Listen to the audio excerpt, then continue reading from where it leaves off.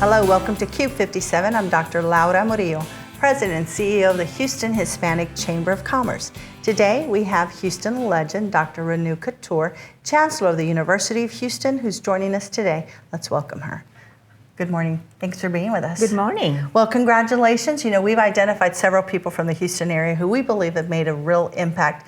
Clearly, you are one of them, and as a proud alum from the University of Houston, not once, not twice, but 3 times, I'm especially proud of our University of Houston. Well, thank you. I'm very proud of the university, but I'm very proud of our graduates, you including. Thank you so much, Dr. Khator. Well, it's been a whirlwind for you. I know you and I kind of took our positions around the same time, about 10 years ago. And I can certainly say the University of Houston is not the same place it was before you.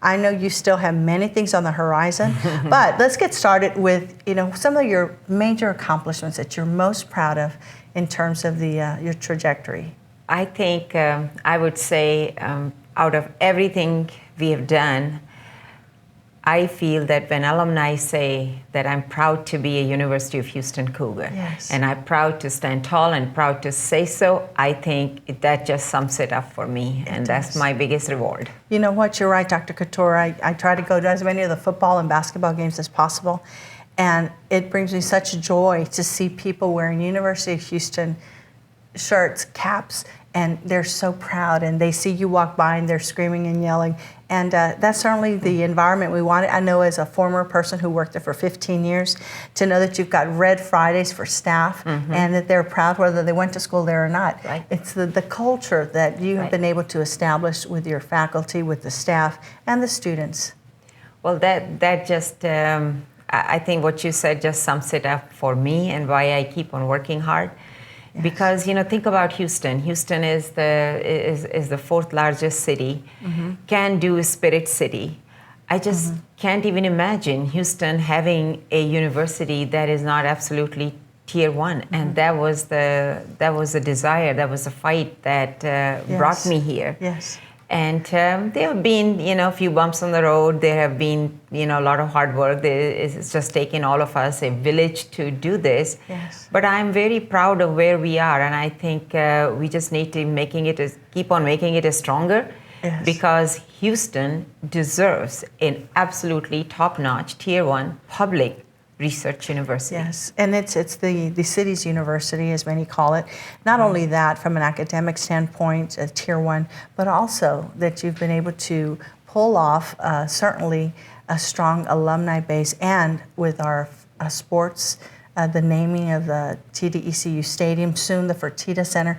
Talk to us about that, because I know that's a big challenge. So you've got a lot of alums that you had to pull together, faculty, to help them understand that it was part of the overall strategy. Right. Well, I love sports, even though I didn't grow up here. I grew up in India, where sports are not part of the college at all. So it was a totally different culture for me, but I'm glad that I came here as a teenager.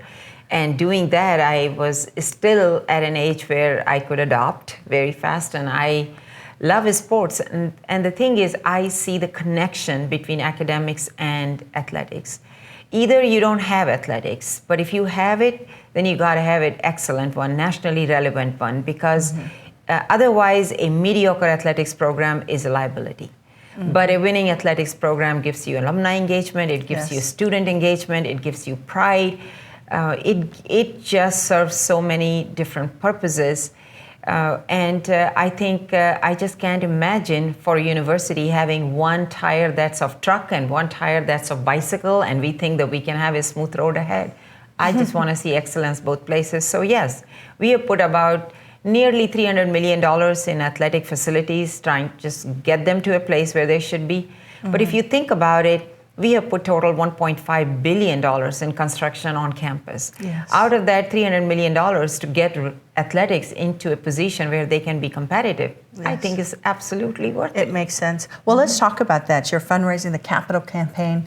Never in the history of the university, Eloise and the advancement team and so many other people, your alums, your board.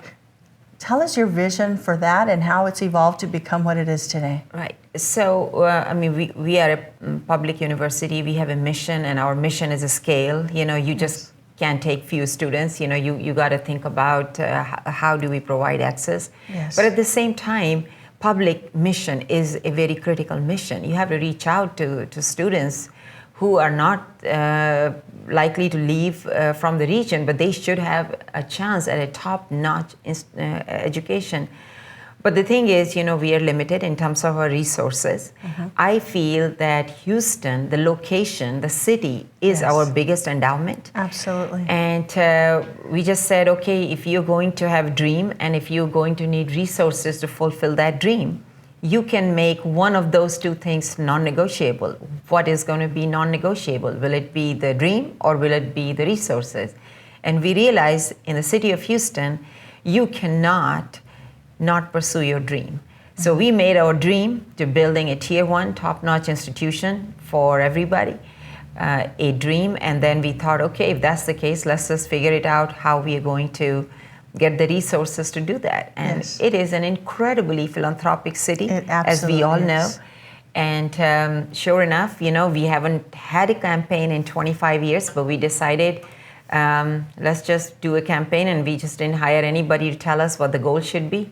I like B, I don't like M, when it comes to capital campaign. So we decided to go for $1 billion, and thanks to Houston, thanks to alumni, thanks to friends who did not go to the university, who realized the value of the university for the city of Houston,